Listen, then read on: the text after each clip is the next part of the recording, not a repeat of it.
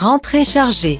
Depuis lundi 29 août, Léa Salamé a repris sa place à la tête de la matinale de France Inter aux côtés de Data Link People égale à C65e 437 à 6 EC 2 à 4 DC 3 à 164 à 2 CF 46 B 57 B 909 Nicolas Demorand. Matinale rallongée cette saison, de 7h à 9h30, au lieu de 9h. Léa Salamé a donc raté la rentrée à l'école de son fils Gabriel. Fruit de sa relation avec Raphaël Glucksmann.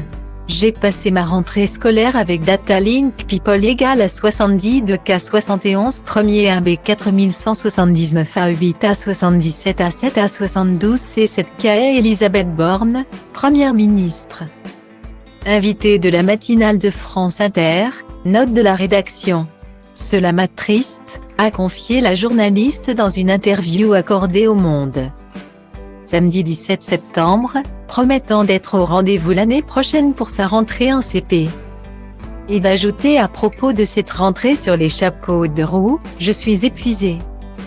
Si Léa Salamé est fatiguée, c'est qu'en plus de la matinale, elle prépare le lancement de l'émission Quelle époque, qu'elle présentera avec Christophe de Chavannes, tous les samedis soirs sur France 2.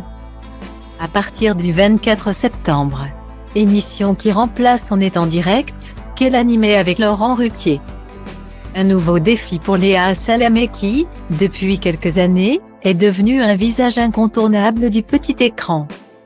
Après avoir commencé sur les chaînes d'information en continu France 24 et iTélé dans les années 2000. Elle s'est fait connaître du grand public en 2014 en devenant chroniqueuse de l'émission On n'est pas couché.